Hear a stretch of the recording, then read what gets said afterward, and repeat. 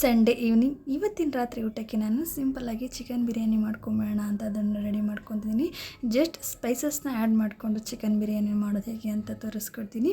ನಾನಿಲ್ಲಿ ಒಂದು ಕುಕ್ಕರ್ ಪ್ಯಾನ್ಗೆ ಕಟ್ ಮಾಡಿರುವಂಥ ಆನಿಯನ್, ಟೊಮೆಟೊ ಹಾಗೆ ಕೊತ್ತಂಬರಿ, ಪುದೀನ, ಏಲಕ್ಕಿ, ಚಕ್ಕೆ, ಲವಂಗನ ಹಾಕಿ ಆಯಿಲಲ್ಲಿ ಚೆನ್ನಾಗಿ ಫ್ರೈ ಆದ ನಂತರ ಇಲ್ಲಿ ಅರ್ಧ kg ಚಿಕನ್ನ ತೊಗೊಂಡು ಚೆನ್ನಾಗಿ ಮಿಕ್ಸ್ ಮಾಡ್ಕೊತಿದ್ದೀನಿ. ನಂತರ ಇದಕ್ಕೆ ನಾನು ಸ್ವಲ್ಪ ಅರಿಶಿನ ಹಾಗೆ 1-2 ಟೇಬಲ್ ಸ್ಪೂನ್ ಆಗುವಷ್ಟು ಧನಿಯಾ ಪುಡಿನ ಮಿಕ್ಸ್ ಮಾಡಿಕೊಂಡು ಚೆನ್ನಾಗಿ ಫ್ರೈ ಮಾಡ್ಕೊತಾ ಇದ್ದೀನಿ.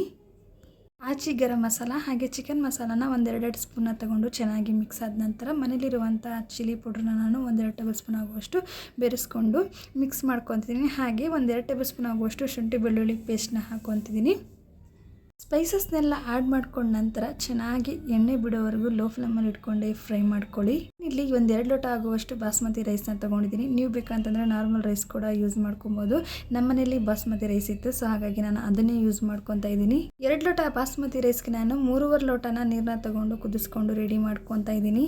ಅತಿ ಕಡಿಮೆ ಸಮಯದಲ್ಲಿ ಈಸಿಯಾಗಿ ಕ್ವಿಕ್ಕಾಗಿ ಬೇಗ ಆಗಬೇಕು ಅಂತ ಅನ್ನೋರಿದ್ರೆ ಈ ಥರ ರೆಸಿಪಿನ ಒಂದ್ಸಲ ಟ್ರೈ ಮಾಡಿ, ತುಂಬ ಟೇಸ್ಟಿಯಾಗಿ ಕೂಡ ಇರುತ್ತೆ. ಸೊ ಇವಾಗ ನೀರು ಕೂಡ ಕಾದಿದೆ, ನಾವು ನೀರನ್ನ ಆ್ಯಡ್ ಮಾಡಿಕೊಂಡು ಚೆನ್ನಾಗಿ ಒಂದು ಮಿಕ್ಸ್ ಕೊಟ್ಕೊಂಡು ಹಾಗೆ ಕುದಿ ಬರ್ಸ್ಕೊಳ್ಳೋಣ. ಬೇಕಿದ್ರೆ ನೀವು ತಣ್ಣೀರನ್ನ ಬೇಕಾದರೆ ಆ್ಯಡ್ ಮಾಡ್ಕೊಬೋದು. ನಿಮಗೆ ಟೈಮ್ ಇಲ್ಲ ಅಂತ ಅನ್ನೋರಿದ್ರೆ ಬಿಸಿನೀರು ಇಟ್ಕೊಳ್ಳಿ. ನಾನಿಲ್ಲಿ ಬಿಸಿನೀರನ್ನೇ ಯೂಸ್ ಮಾಡ್ಕೊತಿದ್ದೀನಿ. ಈಗ ಇದು ಕುದಿ ಬರೋದ್ರೊಳಗಡೆ ನಾವು ರೈಸ್ ಕೂಡ ವಾಶ್ ಮಾಡ್ಕೊಂಡು ಬಂದುಬಿಡೋಣ. ನೋಡಿ ಇವಾಗ ಎಷ್ಟು ಚೆನ್ನಾಗಿ ಕುದಿ ಬರ್ತಿದೆ ಅಂತ. ಈ ಥರ ಕುದಿ ಬಂದ ನಂತರ ನಾವಿಲ್ಲಿ ರೈಸ್ನ ಆ್ಯಡ್ ಮಾಡ್ಕೊಳ್ಳೋಣ.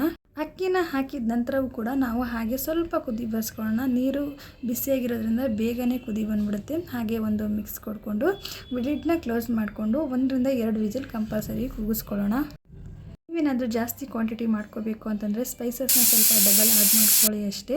ರೈಸು ಸ್ವಲ್ಪ ಕಡಿಮೆನೇ ಇರಲಿ, ಚಿಕನ್ ಸ್ವಲ್ಪ ಜಾಸ್ತಿನೇ ಹಾಕ್ಕೊಳ್ಳಿ, ತುಂಬ ಚೆನ್ನಾಗಿರುತ್ತೆ. ಈಸಿಯಾಗಿ ಕ್ವಿಕ್ಕಾಗಿ 20 ನಿಮಿಷದೊಳಗಡೆ ಇದು ಬಿರಿಯಾನಿ ಆಗೋಗಿಬಿಡುತ್ತೆ. ತುಂಬಾ ಚೆನ್ನಾಗಿರುತ್ತೆ. ಹೇಳಬೇಕು ಅಂತಂದರೆ ನೀವು ನೋಡ್ತಿರ್ಬೋದು. ಟೇಸ್ಟಿಯಾಗಿರುವಂಥ ಸೂಪರಾಗಿರುವಂಥ ಬಿರಿಯಾನಿ ಸಿಂಪಲ್ಲಾಗಿ ಮಾಡೋದು ಹೇಗೆ ಅಂತ ನೋಡ್ಕೊಂಬಂದ್ರಲ್ಲ.